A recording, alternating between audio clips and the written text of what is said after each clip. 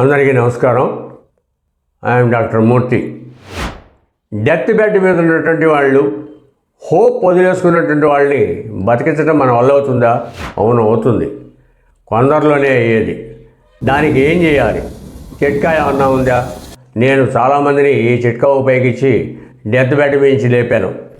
అంతా కాళ్ళు చేతులు చల్లబడిపోయి డెత్ బెడ్ మీద ఉండి లివర్ కూడా బాగా దెబ్బతినిపోయినటువంటి వాళ్ళకి నేను ఈ వైద్య విధానం ద్వారా చాలామందిని లేపడం జరిగింది.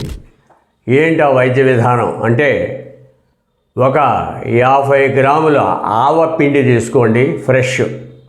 అందులో ఒక 25 గ్రాములు పసుపు కలపండి. ఈ రెండింటినీ కలిపి పేస్ట్ చేయండి. పేస్ట్ చేసిన తర్వాత ఆ పేస్ట్ని అరికాల్లో కనుక మర్దన చేస్తే, ఇదిగో ఇది చీలమండ, ఈ చీలమండ కింద నుంచి ఇదిగో ఇక్కడ దాకా ఈ అరికాలు మొత్తం కూడా మర్దన చేయాలి. అంతేకాకుండా ఇదిగో ఇక్కడి నుంచి ఇక్కడికి కూడా మర్దన చేయాలి. తర్వాత ఈ బొటన వేలు కూడా మర్దన చేయాలి. కనీసం అరగంట చేయాలి. ఒకసారి ఇట్ట రుద్దేసి ఇంకా లేవలేడని చూడొద్దు. అరగంట సేపు కనుక కాళ్ళల్లో కనుక బలంగా కనుక రుద్దితే లేవటానికి అవకాశాలు ఉంటాయి. మీరు కూడా ట్రై చేయండి. ఇది చేయాలంటే వైద్యం తెలియాల్సినటువంటి అవసరం లేదు. బలంగా అరికాళ్ళల్లో రుద్దటమే.